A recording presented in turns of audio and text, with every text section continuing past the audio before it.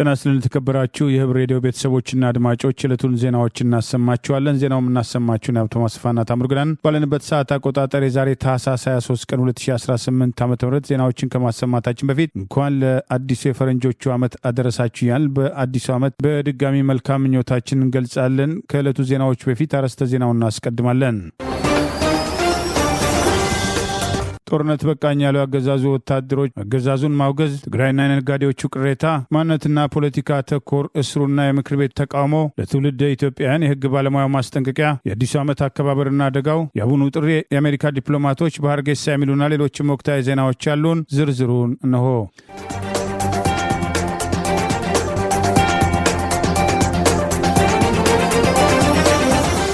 መከላከያ ከተልዕኮ ውጪ ህዝብ እንዲያጠቃ መንቀሳቀሱን አንቀበልም ያሉ የአብይ አገዛዝ ስልጣን አስጠባቂ ጦር 6ኛ እዝ 501ኛ ኮር 52ኛ ሻለቃ 12 አባላት ከነሙሉ ትጥቃቸው የአማራ ፋኖ ብሔራዊ ኃይል ምዕራብ አማራ ቀጠና ቴዎድሮስ እዝ 206ኛ ኮር 24ኛ ክፍለ ጦርን መቀላቀላቸው ተገለጸ። መከላከያ ሰራዊቱ የተቋቋመበትን ዓላማ በመተው ከ2015 ጀምሮ በህዝብ ላይ ቀጥታ ጦርነት መክፈቱን በመቃወም በምስራቅ ጎጃም ደባይ ጮቄ፣ ደባይ ጥላት ግን ቆይ ከተማ ከመሸገው ያገዛዙ ስልጣን አስጠባቂ ጦር የጋንታ መሪውን 10 አለቃ ማስረሻ አሰማን ጨምሮ 12 ወታደሮች ከነሙሉ ትጥቃቸው የአማራ ፋኖ ብሔራዊ ኃይል ምዕራብ አማራ ቀጠና ቴዎድሮስ እዝ 206ኛ ኮር 24ኛ ክፍለ ጦር መቀላቀላቸው ተገለጸ። እሺ እድል ሰጣ አመሰግናለሁ። 10 አለቃ ማስረሻ አሰማ እባላለሁ። ከመነሻ ቦታ ከሰሜን ጎንደር የነበርኩበት ከ6ኛ እዝ የ201ኛ ኮር የ52ኛ ክፍለ ጦር የአንደኛ ሬጅመንት አባል ነኝ። ያው ስራ ጋንታ አዛዥ ነበርኩ ከ2014 ጀምሮ እስካሁን እስከ 2018 ባለው በመከላከያ ሰራዊት ውስጥ ገኝ ነበር እና ሆኖ የነበረው ስራ ግን በፊት በማውቀውና በአሁኑ ባለው ያሰራሩ በጣም የወረደና አተሳሰቡ የሚጠበቅ አይደለም። የመከላከያ ሰራዊት ማለት እኔ እንደማውቀው ከመጀመሪያ ስቀላቀል ለህዝብ የቆመ ማንኛውንም ህዝብ አንድ አይነት አድርጎ ይመስለኝ ነበር። ግን ገብቼ ሳይው ደግሞ በተለይ ከዚህ ከ2015 ወደዚህ ያለው አሰራር በጣም ብልሹ እንደሆነ ተረድቶን ወደ አማራ ፋኖ ተቀላቅለን እየታገልን እንገኛለን። ስለዚህ አሁን ከዛ ላሉ ጓዶችም አሁን መልእክት ማስተላለፍላቸው ኦሮሞም ይሁን አማራም ይሁን ደቡብም ይሁን ማንንም ለእናት ለአባት ተጠቅማለህ ከሱ በአጉል ከሚሞቱ ወደ እናት አባታቸው ተመልሰው ተቀላቅለው እናት አባታቸውን ቢያገለግሉ ብዬ መልእክት አስተላልፋለሁ። እኔም አይቸው ተረድቶኝ ስራው በሀገር ብዬ ቆስያለሁ፣ ደምቻለሁ። ግን አተሳሰቡ አመራሮች ከዛ ያሉ አመራሮች በብዛት የራሳቸውን ቦርጭና የራሳቸውን ትከሻ ማሳደግ ነው እንጂ የዳ ልጅ ሸጥ እያስገቡ ነው ያላግባብ ያስጨፈጭ። የጋንታ መሪው 10 አለቃ ማስረሻ አሰማ እሱና ጓዶቹ ከተለያየ ብሔር ብሔረሰብ ቢሆኑም ፋኖ ለሁሉም እኩል አቀባበል የሚያደርግ የተነገራቸው ፋኖ በተበታተነ ሁኔታ መኖሩና ይህንን ለማጥራት ተልዕኮ ተብሎ የተሰጣቸው ቢሆንም ህዝብ በግልጽ እየጎዱ መምጣታቸውን በመግለጽ የበደሉትን ህዝብ ለመካስ ከፋኖ ጎን ቆሞ ለመታገል መወሰናቸውን ገልጸዋል። የቀሩ ሰራዊት አባላትም የእነሱን ፈለግ በመከተል የድሃ ልጅ እያስጨረሱ ለዘረኛ አጀንዳቸውና ለስልጣን ሲሉ የሚንቀሳቀሱ አለቆቻቸውን ወደ ጎን በማድረግ ለቤተሰቦቻቸው ህይወታቸውን እንዲያተርፉ ጥሪ አቅርበዋል። አንድ ብሔርም ብቻ ያማከል አይደለም። ደቡብም አለ፣ ኦሮሞም አለ። ሁሉም በቃ ያልፈልግም ብሎ ትግሉን አይቶት እንደማይጠቅመው ከሞት ውጭ ትርፍ እንደሌለው አይቶ ወደ አማራ ፋኖ ተቀላቅሎ ወደ ቤተሰብ የሚሸኙ ወደ ቤተሰብ ይሸኛል። በነጻነት መታገል ያለበትም ይታገላል። ያየነው ይሄ ነው። አቀባበልም የሌለ ለየት ያለ አቀባበል ተደርጎልን እንገኛለን። ለወደፊት መስራት የምፈልገው እኔ ከዚህ በፊት የበደልኩት ህዝቤን አሁን ደግሞ ተመልሼ ከህዝቤ ጎን ሁኜ ለማገልገል ዝግጁ ነኝ። እኔም ሳይሆን ማንም የኔ ጓዶች አሉ። ያው የተሰጠን እዚህ መታገል ከፈለጋችሁ ታገሉ፣ መታገል ካልፈለጋችሁ በነጻነት ወደ እናታችሁ ግቡ ተብላን። ግን ከመጨረሻው ድረስ የአማራን ትግል ከመጨረሻው ድረስ ማየት እንፈልጋለን። ከተቀላቀሉት ወታደሮች መካከል የኦሮሞ ብሔር ተወላጅ ሆነው ወታደር ገመቹም አገዛዙን በመቃወም ከጓዶቹ ጋር ፋኖን መቀላቀላቸውን ጠቅሶ የፖለቲካ አመራሩ ይሰጣቸው የነበሩ ሐሰተኛ መረጃዎችና በተግባር ፋኖን ሲቀላቀል ያየው የተለየ መሆኑን በመግለጽ ጓዶቹ ፋኖን እንዲቀላቀሉ በሰላም ወደ ቤተሰቦቻቸው እንዲሄዱ ጭምር ጥሪ አቅርበዋል። እድል የሰጣችሁ አመሰግናለሁ። ስሜ መሰረታዊ ወታደር ገመቹ በንት ይባላለሁ። ከመጣው ከኦሮሚያ ክልል ነው። ከኦሮሚያ ክልል ከመጣው መከላከያ ገባው። ከዛን መሰለጠንኩት። ከዛን አድጋ ተቀላቀልኩት። አድጋ ተቀላቅዬ 2 ዓመት ታግዬ መጣሁት። ወደዚህ ሲመጣ ደግሞ ፋኖ እዛ ፖለቲካ ምናምን ስብሰባ ላይ ሲያወሩ ፋኖ ይገላ ይረሽናል፣ መሳሪያ ተቀብሎ ይገላል ብሎ ነው የሚያወሩ ስብሰባ ላይ በወሬ። ከዛ መጣሁት። ከዛ ወደዚህ ሲመጣ ፋኖ ወንድማችን ነው፣ ጓደኛ በቃ እንደ ጓደኛ አብሬን ነው የምንጠጣው፣ አብሬን ነው የምንበላው፣ አብሬን ነው የምናድረው። ያው እዛ ያለው ፖለቲካ ውሸት ነው። እዛ ያለው ፖለቲካ ሰማችሁ እዛ እንዳትሻገሩ ጓዶች ብዬ እነግራለሁ።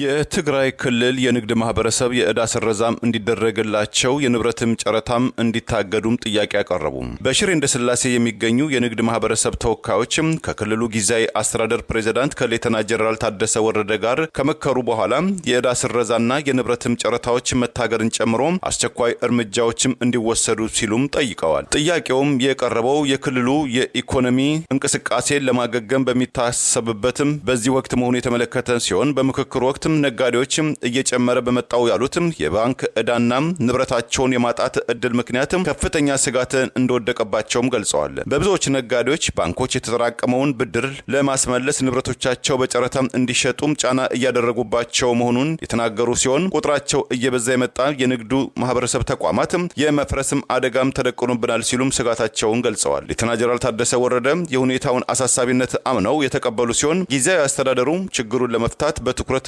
እየሰራ መሆኑን ገልጸው የንግድ ማህበረሰቡ ለተጫነው ከፍተኛ የዕዳ ሸክም መፍትሄም እስኪያገኝ ድረስ ውይይቱ እንዲቀጥል ለተሳታፊዎቹም አረጋግጠዋል። አስተዳደራቸው ጦርነቱና እሱን ተከትሎ የመጣውን አለመረጋጋት በትግራይ ክልል የንግድ ዘርፍ ላይ ያሳደረውን ተጽዕኖ ይረዳል ያሉት ሌተና ጀነራል ታደሰ ወረደ ተጨማሪ የኢኮኖሚ ውድቀትን ለመከላከልም የተቀናጀ እርምጃ መውሰድም እንደሚያስፈልግ እናምናለንም ብለዋል። የንግድ ተወካዮቹ የክልሉ ኢኮኖሚ እስኪረጋጋ ድረስ የዕዳ እፎይታ እርምጃዎች እንዲወሰዱ እንደ ንብረትም ጨረታ ያሉ አስገዳጅ እርምጃዎችም እንዲታገዱና አስቸኳይ ጣልቃ ገብነቶችም እንዲደረጉ እንሻለንም ብለዋል። ውይይቶቹ የተደረጉት የኢትዮጵያ ብሔራዊ ባንክ ለነጋዴዎቹ የሰጠውን የ18 ወራት የብድር መክፈያም የችሮታ ጊዜ ሊያበቃ መቃረቡን ተከትሎ ስጋቶች እየጨመሩ ባለበት ወቅትም ሲሆን የክልሉ ባለስልጣናት በትግራይ የሚገኙ የንግድ ተቋማት ወደ 80 ቢሊዮን ብር የሚጠጋም የተጠራቀመ ዕዳም እንዳለባቸውም ገምተዋል። የመፍትሄ እርምጃዎች ላይ ስምምነትም ካልተደረሰም ሰፊ የንብረት መውረስ እርምጃዎች ሊከተሉ ይችላሉ የሚሉ ስጋቶች መኖራቸውም ከንግዱ ማህበረሰብ አካባቢ የወጡ መረጃዎችም ገልጸዋል። የአገዛዙ ጉዳይ አስፈጻሚ ሆኖና ተልእኮውን ያልተወጣው ፍትህ ሚኒስትር የሰውና ሰነድ ማስረጃ ማቅረብ ባለመቻሉ በማንነታቸውና በፖለቲካ አቋማቸው የታሰሩ ሰዎች ለከፍተኛ ሰብአዊ ጉዳት መዳረጋቸውን የምክር ቤት አባሉ ጠየቁ። የአገዛዙ ሚኒስትር ለማስተባበል ሞክራለች። የሰብአዊ መብት ተሟጋቹ ጥያቄውን በመደገፍ አገዛዙ በፍትህ ስም በቀል እያካሄደ መሆኑን ጠቅሰዋል። የፍትህ ሚኒስቴር ዛሬ በፓርላማ ተገኝቶ ሪፖርት ባቀረበበት ወቅት የሰውና የሰነድ ማስረጃ ማቅረብ ባለመቻሉ በማንነትና በፖለቲካ አቋማቸው የታሰሩ ሰዎች ለከፍተኛ ሰብአዊ ጉዳት መዳረጋቸውን የምክር ቤት አባሉ ዶክተር አበባው ደሳለው የፍትህ ሚኒስቴር ዋነኛ ስራው ክስ በመስረት የክሱን ሂደት በመከታተል አፋጣኝ ፍትህ ለዜጎች ማድረስ መሆኑን በማንሳት ይህንን ማድረግ አለመቻሉን ጠቅሰዋል። የምክር ቤት አባሉ በማንነታቸውና በፖለቲካ አመለካከታቸው ብቻ ከ2 ዓመት ከ6 ወር በላይ የታሰሩት የአማራ ፖለቲከኞች፣ ጋዜጠኞች፣ አንቂዎችና ሃይማኖት አባቶች እናንተ የሚጠበቅባችሁን የሰነድ የሰው ማስረጃና ምስክር ማቅረብ ባለመቻላችሁ ለከፍተኛ ሰብአዊ ጉዳት ተዳርገዋል በማለት ከባሏ የፍትህ ሚኒስትርነት ስልጣን የተረከበችው ሀና አርያ ስላሴን በጥያቄ ሞግተዋል። የቀድሞ የአብን አባልና የምክር ቤቱ አባል ዶክተር አበባው ደሳለው ማስረጃና ምስክር ማቅረብ ካልቻላችሁ የተሰጣችሁን ክስ የማቋረጥ ስልጣን መጠቀም ሲገባችሁ ዜጎች በፍትህ መጓደል የሚሰቃዩት እስከ መቼ ነው ሲሉ የጠየቁ ሲሆን ከፖለቲካ ጫና ወጥታችሁስ እውነተኛ ፍትህ የምታሰፍኑት መቼ ነው ማለት በዚሁ ምክር ቤት በጥያቄ አንስተዋል። በማረሚያ ቤት የሚገኙ እስረኞች ላይ የሰብአዊ መብት ጥሰት ሲያጋጥም ዳኞች ፍርድ ሲሰጡ ፌዴራል ማረሚያ ቤቶች ግን ይህንን ትዕዛዝ ሲተገብሩ አይታይም በማለት ለፍትህ ሚኒስትሯ ጥያቄ ያቀረቡት ዶክተር አበባው በሰብአዊ ተቋማት እንደተረጋገጠው በሀገሪቱ በተለያዩ ክፍሎች በተለይም በአማራና በኦሮሚያ ክልሎች ከፍተኛ የመብት ጥሰቶች መኖራቸውን የምክር ቤት አባሉ በማስታወስ ለዚህ የመብት ጥሰት ፍትህ እንዲረጋገጥ ተቋሙ ምን እየሰራ ነው በማለት ፍትህ ሚኒስትሯን ጠይቀዋል። ቀደም ሲል የፍትህ ሚኒስቴር የነበረው ባለቤቷ ዶክተር ጌዲዮን ጢሞቴዎስ ወደ ውጭ ጉዳይ ሚኒስትር ከሄደ በኋላ ስርዓቱን ለበቀል እርምጃውን እንዲያውል በማድረጉ በእግሩ የተተካችው ባለቤቱ የፍትህ ሚኒስትሯ ወይዘሮ ሀና አርያ ስላሴ በማንነቱ ሆነ በፖለቲካ አቋሙ የሚታሰርም ሆነ የታሰረ ሰው እንደሌለ በመናገር አንድ ሰው የፖለቲካ ግቡን ለማሳካት በህገወጥ መንገድ የሚንቀሳቀስ ፖለቲከኛ የመንግስት ሰራተኛም ሆነ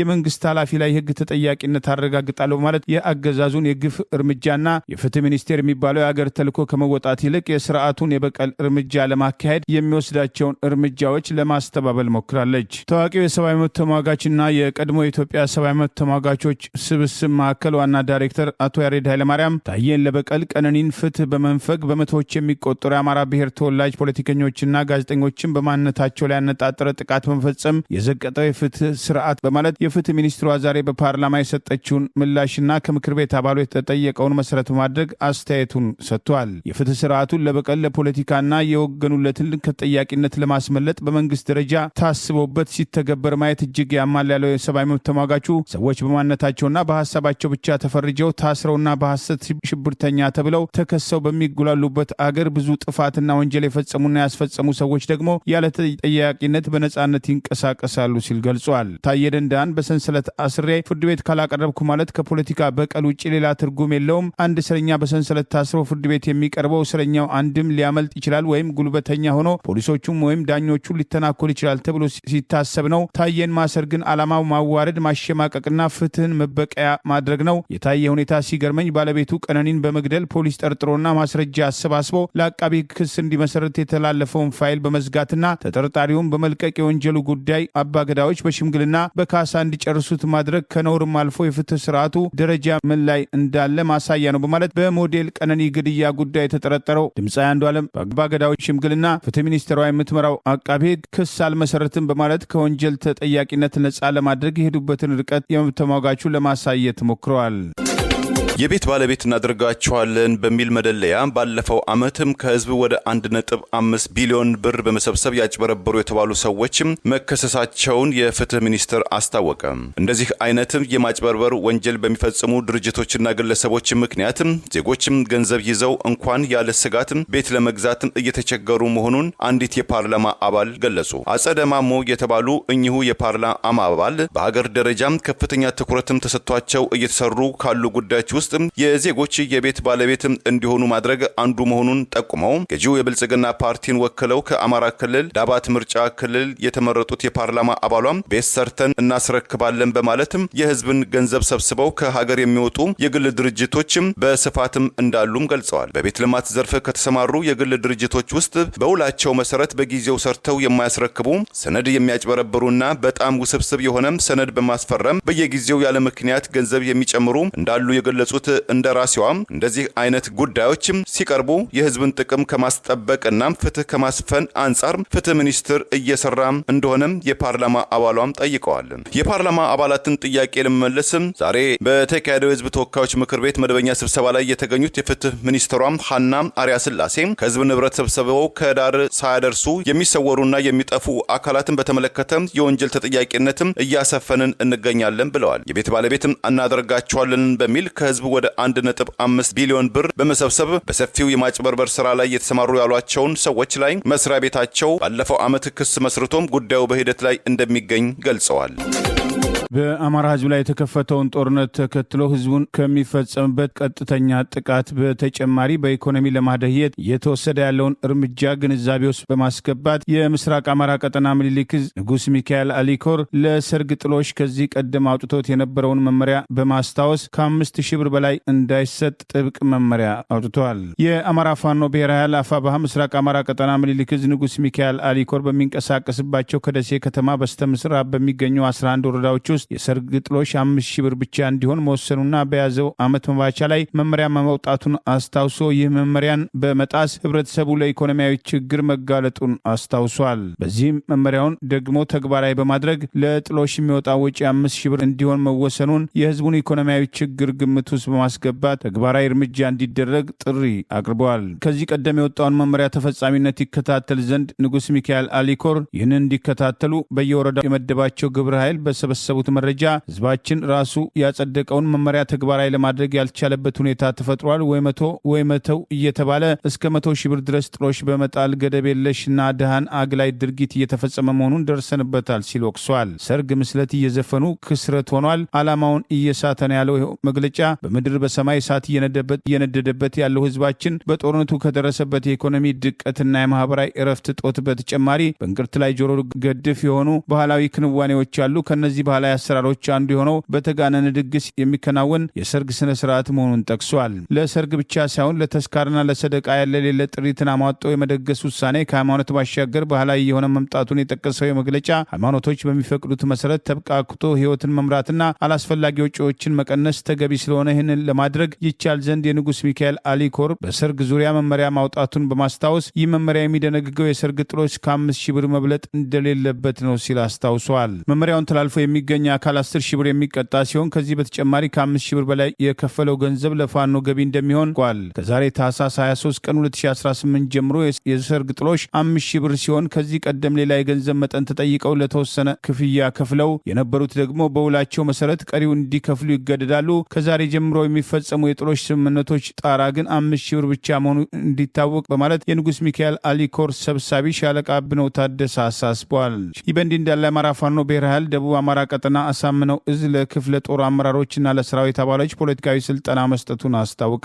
በደቡብ አማራ ቀጠና አሳምነው እዝ የአጼ ዘርዓ ያዕቆብ አንድ ኮር ለተከታታይ 3 ቀናት አጠቃላይ ለክፍለ ጦር ለሻለቃ አመራሮችና አጠቃላይ ለሰራዊቱ በወቅታዊ ጉዳይ ዙሪያ ስልጠና መስጠቱን ጠቅሶ የአብይ አህመድ አገዛዝ ስልጣን አስጠባቂ ወራሪ ሰራዊት አማራን ለማጥፋት በተለያዩ የአማራ ግዛቶችና ከአማራ ግዛቶች ውጭ ባሉ የአማራ ተወላጆች ላይ የዘር ፍጅት እያደረገ መሆኑን ያስታወሰው ይህ መረጃ ይህንን የብልጽግና ፋሽስታዊ ስርዓት የአማራ ልጆች በነበልባል ክንዳቸው እየተፋለሙና እየመከቱ የበላይነት እየወሰዱ እንደሚገኝ አስታውሶ ያሳምነው እዝም ከትግሉ ጎን ለጎን ለሰራዊቱ ፖለቲካዊ ስልጠና መስጠቱን አስታውቋል። በስልጠናው የሰራዊት ስነ ምግባርና ስነ ስርዓት መወሰኛ ደንብ፣ ጓዳዊ ዝምድና፣ ባህልና ጨዋነት፣ ድርጅትና የድርጅት ምንነት፣ የአማራ ህዝብ ምንነትና የገጠሙት ፈተናዎችና ያደረጋቸው ተጋድሎች፣ ፋኖነትና መገለጫ ባህሪያቱ በሚሉ ርዕሶች ለ3 ተከታታይ ቀናት በአሳምነው እዝ ምክትል ድርጅት ጉዳይ አርበኛ ኢያሱ ሙሉጌታ፣ የአሳምነው እዝ ህግ ክፍል ኃላፊ አርበኛ ተስፋዬ ገስጥና የአሳምነው እዝ ሎጂስቲክ ኃላፊ ሻለቃ ሞገስ ለማ በመሆን ትምህርትና ስልጠናው መስጠታቸውን አፋብኃ ደቡብ አማራ ቀጠና አሳምነው እዝ ዛሬ ታህሳስ 23 ቀን 2018 ባወጣው በዚሁ መረጃ ገልጿል።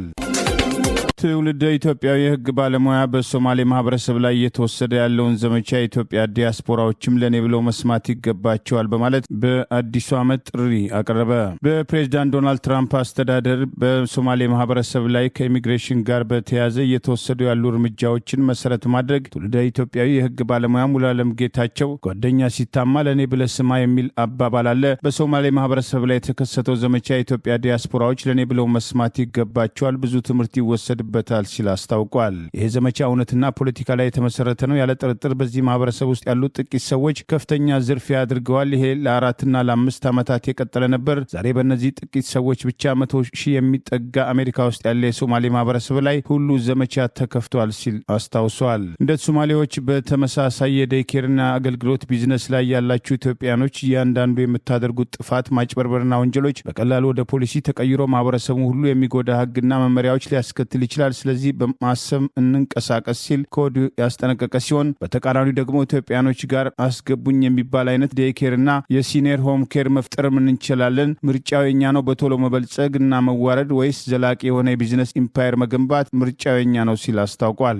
ኢትዮጵያኖች ስለ መብት እርሱት መብቴ ነው የሚል ነገር አብዝቼ ስለምሰማ ነው። ብልህ ማህበረሰብ ከመብቱ ይልቅ ስለ ግዴታው አብዝቶ ይጨነቃል ያለው የህግ ባለሙያ ሙሉዓለም ጌታቸው የመጣንበትን ማህበረሰብ የተሻለ ማድረግ፣ ያገኘናቸውን በጎ ሴቶች መጠበቅ ግዴታ ነው ሲል ጠቅሷል። ሌላው የሶማሌ ማህበረሰብ የወደቀበት ነገር መመሳሰል ነው። በቀላሉ ሶማሌዎች ይለያያሉ። በሁሉ ነገር አሁንም ሶማሌ እንደሆኑና እንዲመስላቸው ነው የሚያደርጉት። ይሄ መብት ነው። ስለ መብት ካወራን ብልህነትና ጥበብ ግን አይደለም በማለት የዝግመተ ለውጥ ፈላስፋ የሆነውን ቻርልስ ዳርዊንን በዋቢነት በመጥቀስ ከማህበረሰቡ ጋር መመሳሰልና የራስ ባህልንም ጠብቆ መዋሃድ የሚቻልበትን ሂደት ጠቆም ለማድረግ ሞክረዋል። የሶማሌ ኮሚኒቲ በጣም ፈጣን ነው። በፍጥነት አንድ ነገር ውስጥ ዘሎ ይገባል። በጣም ጠንካራ ህብረት ያለው ማህበረሰብ ነው። አንድ ነገር ግን አይደለም። የሚኖርበትን ማህበረሰብ ለመምሰል ምንም ጥረት አይታይበትም። በ1930ዎቹ የአይሁድና የጣሊያን ስደተኞች የያዙ መርከቦች ተመልሰው ስደተኞችን ይዘው እንዲመለሱ በአሜሪካ ወታደሮች ይገደዱ የነበረበትን ሁኔታና ዛሬ ከነዚህ ሀገራት የሚመጡ ስደተኞች ከአሜሪካ ጋር መስለውና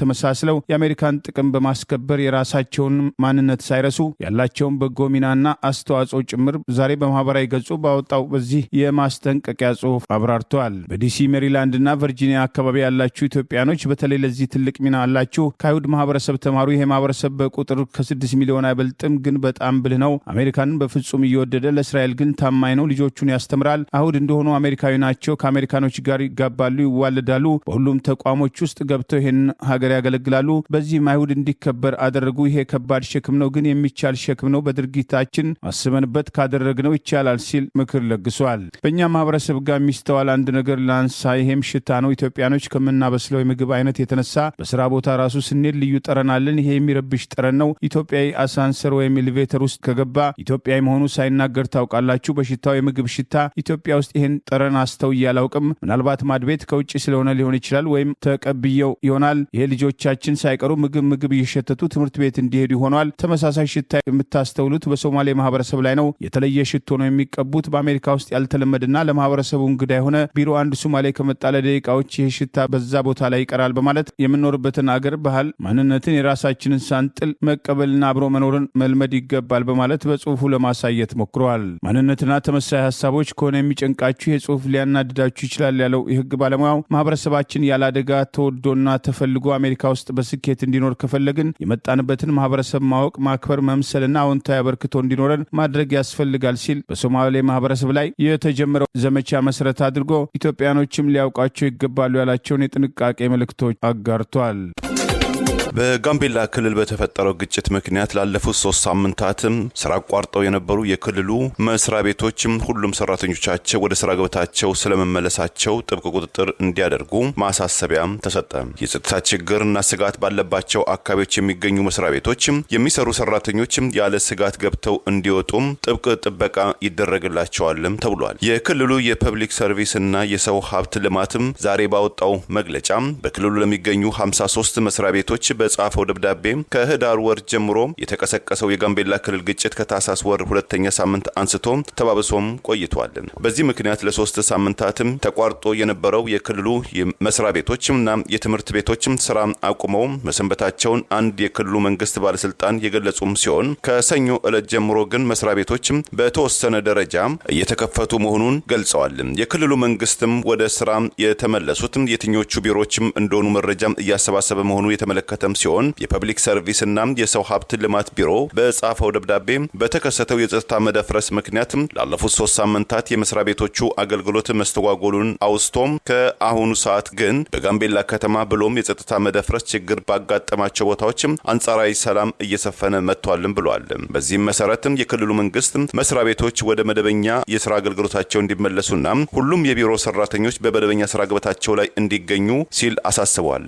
የመንግስት ተቋማት ኃላፊዎችም ለጉዳዩ አጽንኦትም ሰጥተው የተቋረጠውን መደበኛ የመንግስት ስራም ከዛሬ ጀምሮ እንዲጀምሩ በደብዳቤው ላይ የተመለከተ ሲሆን ሁሉም ባለሙያዎች በስራ ገበታቸው ላይ እንዲገኙ ጥብቅ ቁጥጥርም እንዲደረግም ሲል አሳስቧል። የክልሉ መንግስትም ሁሉም መስሪያ ቤቶችም ወደ ስራ ገበታ እንዲመለሱ ቢያዝም አሁንም ድረስም የጸጥታ ስጋት ያለባቸው አካባቢዎች እንዳሉ የተገለጸ ሲሆን ይህንን ጉዳይ ያመለከተው የክልሉ የፐብሊክም ሰርቪስና የሰው ኃይል ሀብት ልማት ቢሮም በእነዚህ አካባቢዎች ለሚገኙ ቢሮዎችም ጥብቅ የደህንነትም ጥበቃ ይደረግላቸዋልም ብሏል። የጋምቤላ ከተማ የፖሊስ አዛዥና የባንክ ማናጀርን ጨምሮ በርካታ ሲቪሊያኖች መገደላቸውን ተከትሎም በጋምቤላ ክልል ውስጥ በተነሳው አለመረጋጋትም ሳቢያ የሰዓት እላፊ እስከ መታወጅ መድረሱ መዘገባችን ይታወሳል። የፈረንጆቹ አዲስ ዓመት በመላው ዓለም በደመቀ ሁኔታ ተከብሯል። በዚህ በላስ ቬጋስና በኒውዮርክ የሚከበሩት የአዲስ ዓመት በዓላትን ተከትሎ በመላው ዓለም በተለያዩ ድምቀቶች ተከብረዋል። ከአዲስ አበባ እስከ ናይሮቢ አዲሱን ዓመት የመቀበያ ርችት የተኮሰበት በዓል ተከብረዋል። በተለምዶ የፈረንጆቹ አዲስ ዓመት የሚባለው አውሮፓውያን አዲስ ዓመት 2026ን ለመቀበል በአሜሪካ በላስ ቬጋስና ኒውዮርክ ከተማ ጨምሮ በተለያዩ ከተማዎች በደማቅ ሁኔታ አዲሱን ዓመት ለማክበር የተሰባሰቡ በላስ ቬጋስ በስትሪፕ ላይ ከተለያዩ ሆቴሎች የሚተኮሰውን ርችት ተከትሎ አዲሱን ዓመት በተለያዩ ዝግጅቶች የተቀበሉ ሲሆን በኒውዮርክ ታይም ስኩዌርም በየዓመቱ እንደሚደረገው አዲሱን ዓመት ለመቀበል ከተለያዩ ዓለማት የተሰባሰቡ ቱሪስቶች በሚገኙበት ታይም ስኩዌር በደመቀ ስነ ስርዓት አዲሱን ዓመት ተቀብለዋል። በአዲስ አበባ ሸራተን ሆቴል በተመሳሳይ ፈረንጆቹን አዲስ ዓመት ለመቀበል ርችት በመተኮስ አዲሱን ዓመት የተቀበለበት የሙዚቃ ዝግጅት ጭምር ያካሄደ ሲሆን ጎረቤት ሀገር ኬንያም ናይሮቢም እንደተለመደው በደመቀ ሁኔታ አዲስ ዓመትን አክብረዋል። በለንደን ቢግ ቤኔት የተሰኘው ታዋቂ ደውል አዲሱን ዓመት አስመልክቶ ሲያቃጭል የተሰማ ሲሆን በቴምስ ወንዝ ዙሪያ 12000 ገደማ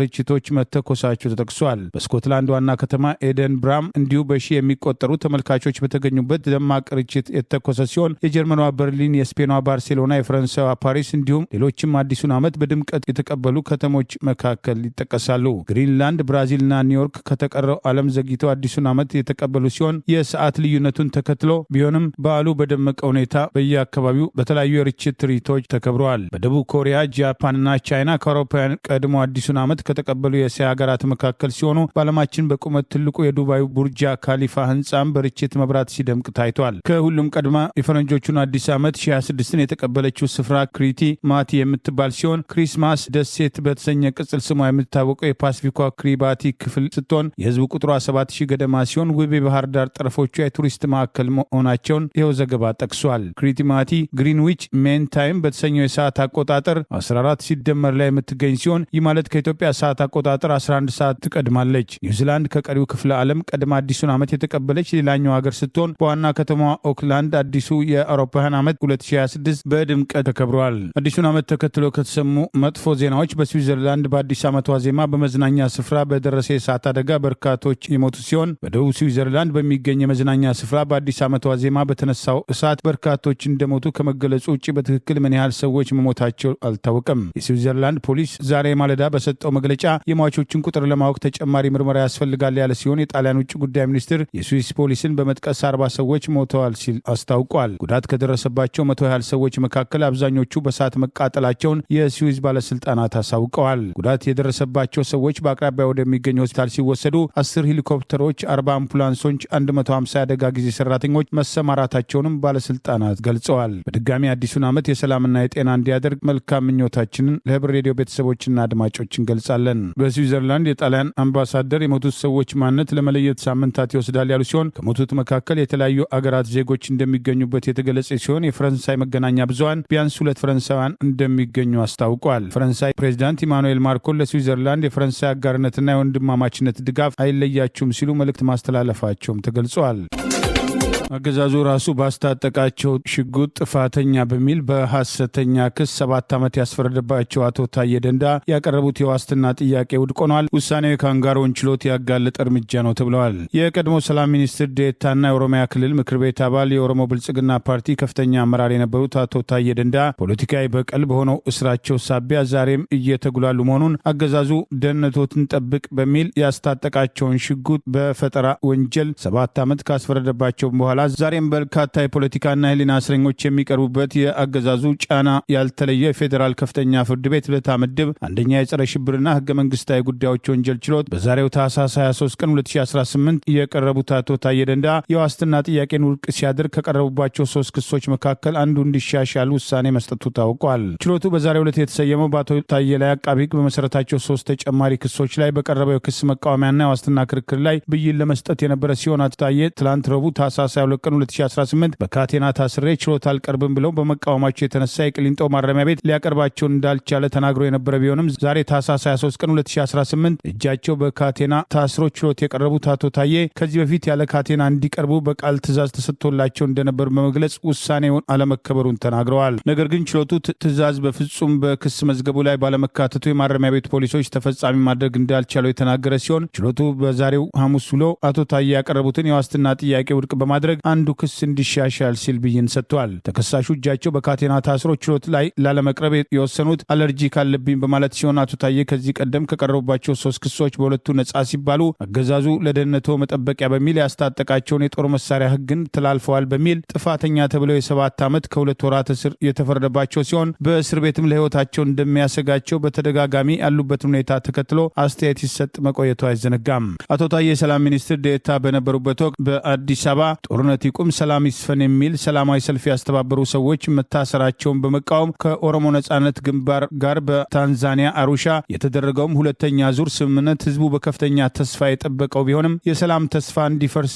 ያደረገው እሳቸው አመራር የሆኑበት በአብይ አህመድና እነ ሽመልስ አብዲሳ የሚመራ ኦሮሞ ብልጽግና ፓርቲ አማካኝነት መሆኑን በመቃወም አስተያየት መስጠታቸውን ተከትሎ ከስልጣን ያነሳቸው አብይ አህመድ ጨካኝ በንጹሐን ጭፍጨፋና ሞት የሚደሰት መሆኑን ማወቃቸውና ይህንኑ ተቃውሟቸውን መጻፋቸውን መሆናቸውን ተከትለው ተደብድበው የታሰሩ ሲሆን ቤተሰቦቻቸውን መንግስት ከሰጣቸው ቤት ውስጥ አውጥተው በመጣል በአቶ ታዬ ላይ በዋስትና ከተፈቱም በኋላ ጫናዎችና ክትትሎች የነበሩ ሲሆን ለዳግም እስር ከመዳረጋቸው በፊት በርካታ ሚስጥሮችን በተከታታይ ቃለመጠይቅ ለህዝብ ይፋ ማድረጋቸው አይዘነጋም። አቶ ታዬ ይፋ ካደረጓቸው ሚስጥሮች መካከል አብይ አህመድ ቃል በቃል አማራ ህዝብን አጠፋለሁ ብሎ የተናገረውን ጭምር ምስክርነት ዋቢ በማድረግ ጠቅሰዋል። እና ይሄንን ሰምቷል፣ መረጃ አለው እና ለምን እንደዚህ ለቹቹ አለባቸው ለጠላት ለምን ትደውላለህ? ይሄ ምን ማለት ነው? ጠላት ማን ነው? ይሄ ሰውዬ ብልጽግና አባል የነበረ ነው። ብልጽግና ደግሞ እንኳን አባሉን ተቃዋሚው ራሱ ወንድም ነው ብሎ የሚያምን ነው። መደመር ጠላትም የለም ይላል። ይሄ ከየት መጣ? እንዴት ነው እንደዚህ? እነዚህ ሰዎች እንደው በፖለቲካ ቢቀር ዘመድም አይደለንም ወይ አልኩት ማለት ነው። አንዳንድ ነገሮች ለሚዲያ የማይመቹ ለምን እንደዚህ አልኩት። ሁለተኛ እነገሌ ላጠፋ ነው አለኝ። በአካባቢው በፖለቲካ ምናምን ስም ጠርቶ ምናልባትም ያው የሚሆነው ስለማይታወቅ አማራ ላጠፋ ነው ምስጢሩ ነው እንዳይ ለምን አፉን አውጥቶ እንዲሁ አማራ ላጠፋ ነው ብሎ እንደዚህ ነገረ? አዎ እያፈረስኩ ነው እንዴ? እኔ እኮ እየጠየቅኩ ያለሁት ኦሮሞ ህዝብ ነጻነት እንዲያገኝ ፍትህ እንዲያገኝ ከችግር እንዲወጣ እንጂ አማራ እንዲጠፋ እኔ ለዛ አልታገልኩም።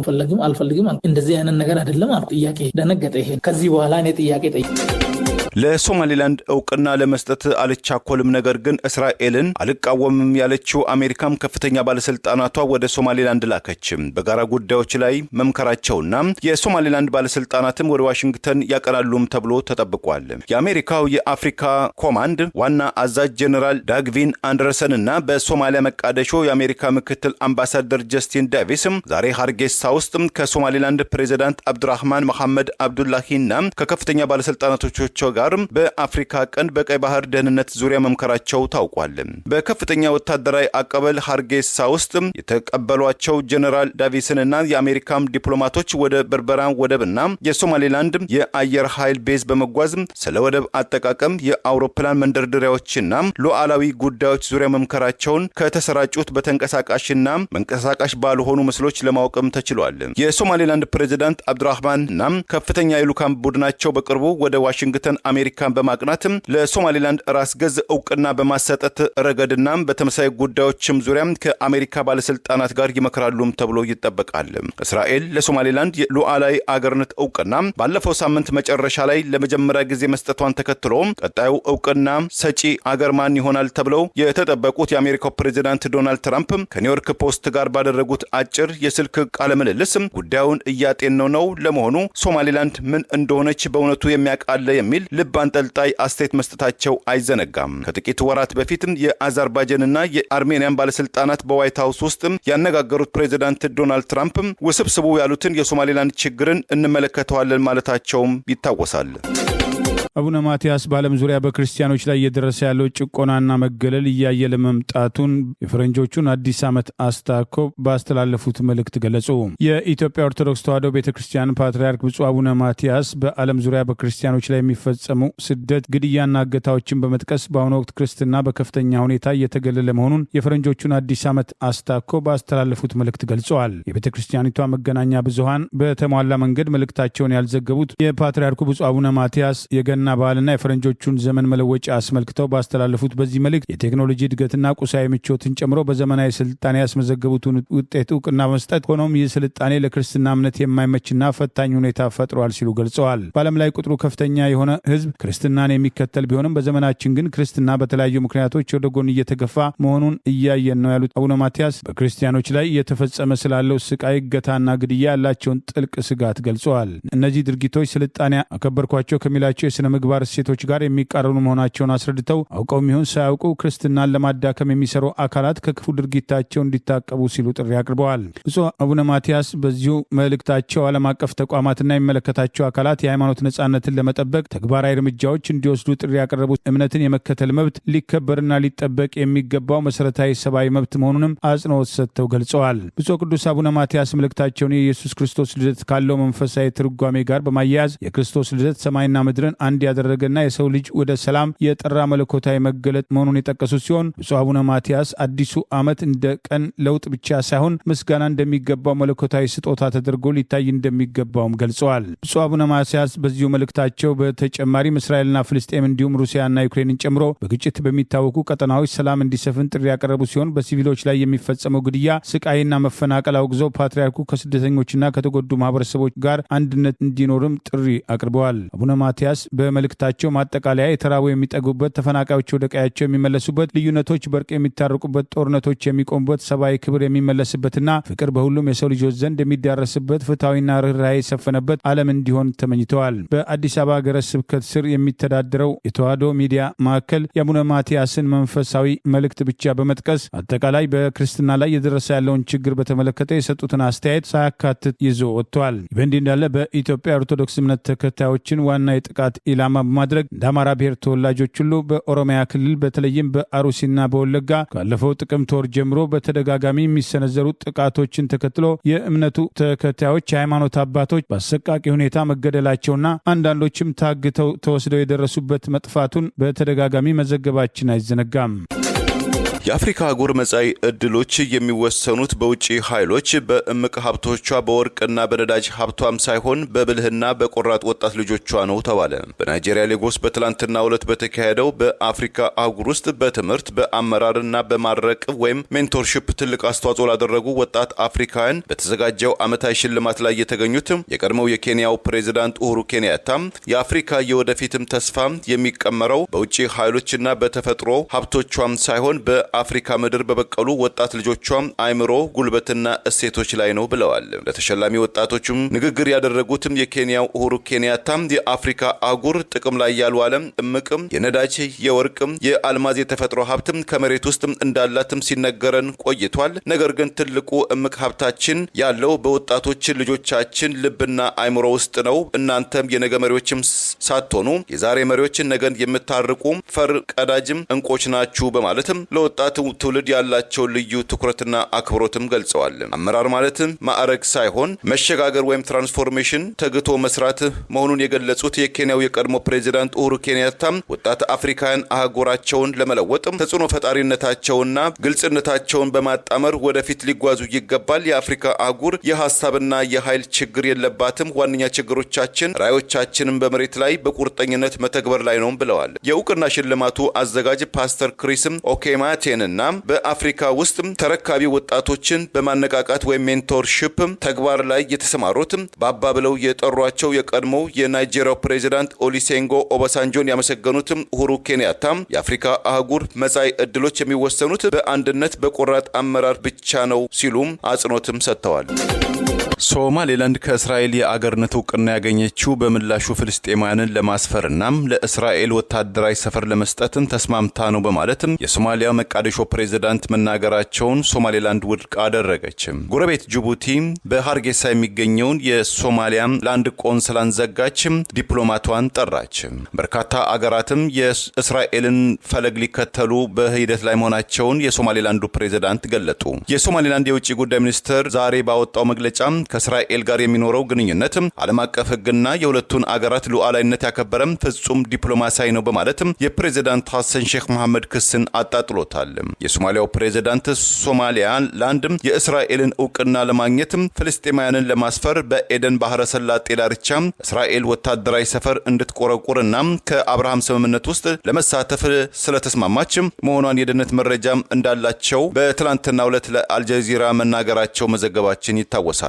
የሶማሌላንድ የውጭ ጉዳይ መስሪያ ቤት በሰጠው ምላሽ የፕሬዝዳንቱ ክስ መሰረተ ቢስ በማለትም ዓላማው ዓለም አቀፉ ማህበረሰብ ማሳሳትና የሶማሌላንድን ዲፕሎማሲያዊ ውጥረት ለማጣጣል ነው በማለትም ተቃውሞውን አሰምቷል። በማከልም ሶማሌላንድ ለቀጠናው መረጋጋትና ለዓለም አቀፍ ሰላማዊ ትብብር ቁርጠኛ ሆናም ትቀጥላለችም ብሏል። ሶማሌላንድ ከእስራኤል የመጀመሪያውን የነጻ አገርነት እውቅና ባለፈው ሳምንት መጨረሻ ላይ ማግኘቷን ተከትሎም ከሶማሊያ መቃዲሾ መንግስትም በተጨማሪ በርካታ አገራትም ተቃውሟቸው ማሰማታቸው አይዘነጋም። ይህ በዚህ እንዳለ የሶማሌላንዱ ፕሬዝዳንት አብዱራህማን ኤሮ በትላንትናው ዕለት ለካቢኔያቸው በሰጡት አስተያየት በስም ያልጠቀሷቸውና በቁጥር ያልገለጿቸው ነገር ግን በርካታ ያሏቸው አገራት የእስራኤልን ዱካ በመከተል ለሶማሌላንድ እውቅና ለመስጠት በመንገድ ላይ ናቸው ብለዋል። በተያያዘ ዜናም እስራኤል ለሶማሌላንድ እውቅና መስጠቷን ተከትሎ ከሶማሌላንድ ጋር ውጥረት ውስጥ የገባችው ጅቡቲ የሶማሌላንድ ዲፕሎማትን ቢሮ እንደዘጋችና ዲፕሎማቶቿንም ከሀርጌሳ መልሳ እንደጠራች አንድ የአገሪቱ መንግስት ባለስልጣን ለቢቢሲ አረጋገጡ።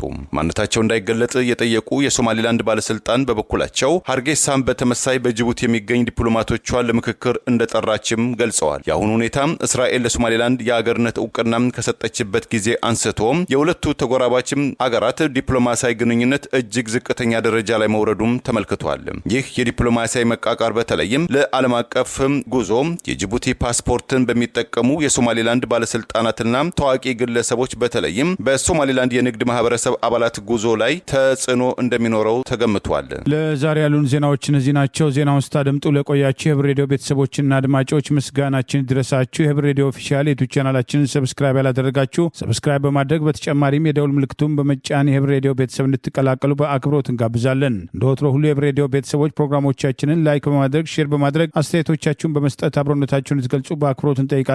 በድጋሚ እናመሰግናለን። ጤና ይስጥልን። ቸር እንቆይ።